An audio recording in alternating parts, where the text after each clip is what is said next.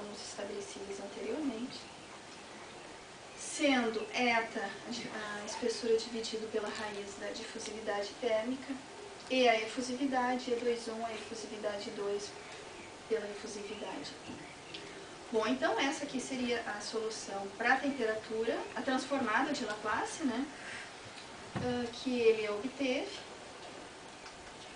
Essa solução que ele obteve é a mesma encontrada já na literatura por Balagés. Ele resolveu analiticamente a transformada de Laplace e chega, no caso, chega no mesmo resultado. Então, ele mostra que a teoria da linha de transmissão pode ser aplicada no sistema térmico. E, então, desenvolvida a transformada de Laplace, para resolver a inversa da transformada de Laplace, a primeira parte agora da sexta sessão, modelamento. E obter, então, a inversa da transformada de Laplace para chegar na temperatura no domínio temporal, né? Foi utilizado um método numérico e não analítico, chamado de método numérico de Stefest.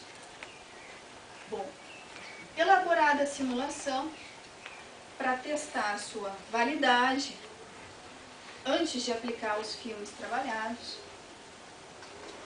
aqui um exemplo de variação da refletância obtido por Chen nessa referência, para um filme de ouro sobre carbono amorfo tetaédrico sobre substrato de silício. Bom, por que esse gráfico aqui? Utilizando os dados que Chen obteve e os dados e a equação do calor que ele desenvolveu, repetindo praticamente o trabalho dele, os dados que ele obteve, para quê? Para tentar reproduzir a mesma configuração, para verificar se a equação do calor estava sendo realizada, a inversa da transformada de Laplace corretamente. No caso aqui, então, o gráfico que ele obteve e o gráfico gerado pela simulação, repetindo os dados que ele tinha inserido na simulação dele, que ele obteve. Então, observa-se aqui que a evolução temporal está de acordo, então, a simulação ela foi validada para a equação do calor também. Então, o próximo passo foi fazer isso com os filmes analisados, né? Para os filmes medidos. Então, para isso, o aparato experimental utilizado, já comentei que o laser de aquecimento é um laser de Newton-Young, a taxa de repetição é de 20 Hz. O laser de prova utilizado é um laser de hélio neônico,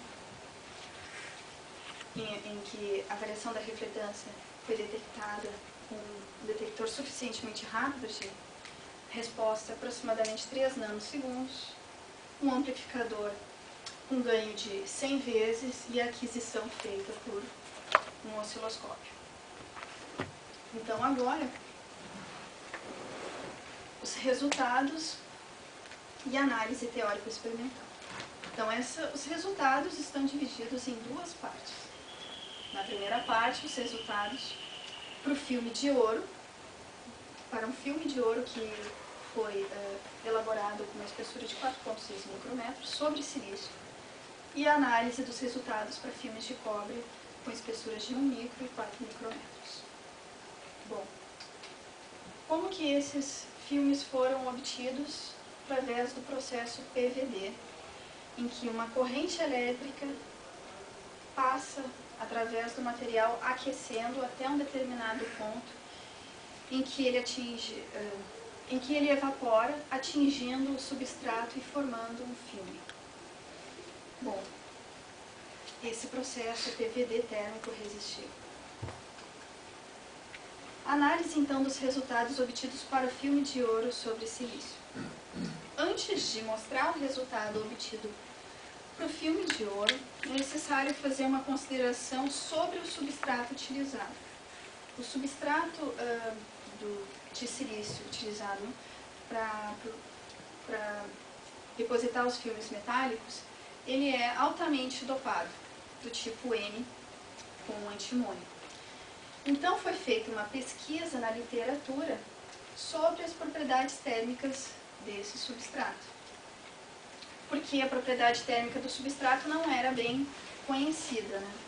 Então, o Komarov, ele estuda a influência da dopagem na condutividade térmica do material. E ele verifica que um aumento na dopagem faz, tanto do tipo N como do tipo P, faz com que haja um decréscimo de aproximadamente 20% no valor da condutividade térmica do silício. Ou seja, como não se tinha certeza com relação do valor da condutividade térmica do substrato, a simulação foi testada com dois valores diferentes.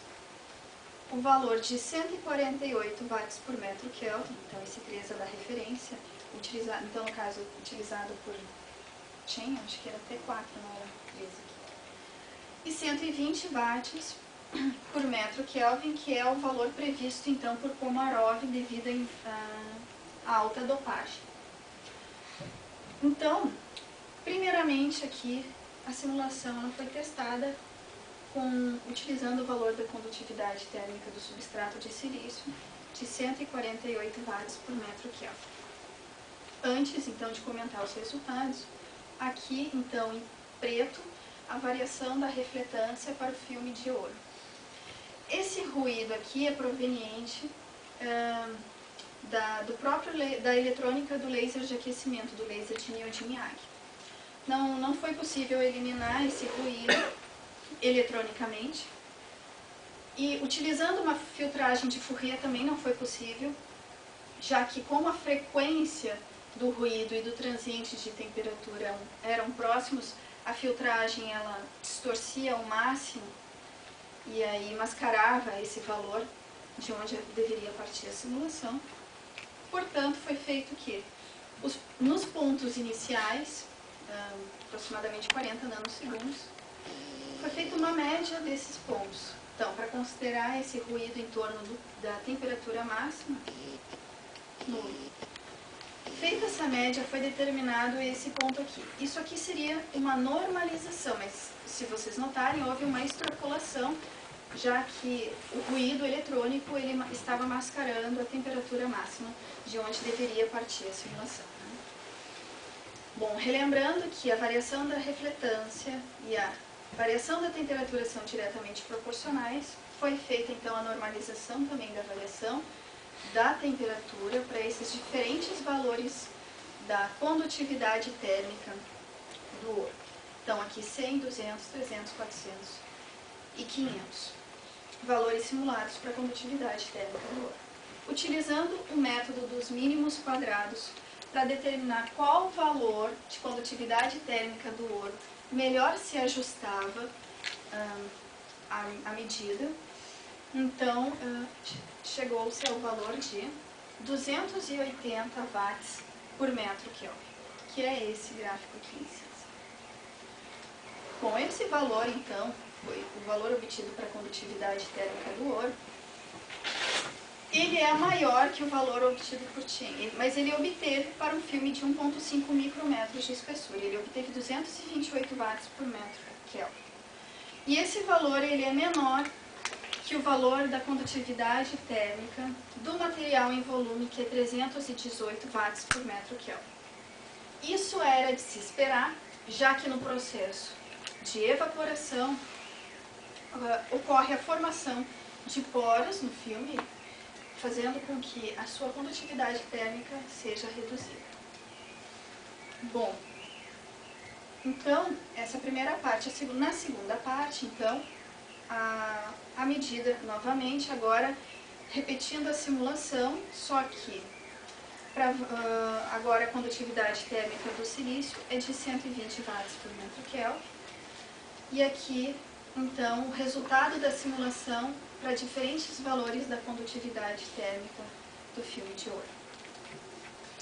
Bom, então, utilizando o método dos mínimos quadrados, novamente, para chegar no melhor resultado de condutividade térmica para o filme de ouro. Então, chegou-se no valor de 235 watts por metro Kelvin, que é essa linha aqui em cinza. Um pouco menor que o valor anteriormente obtido, né? Que é 200.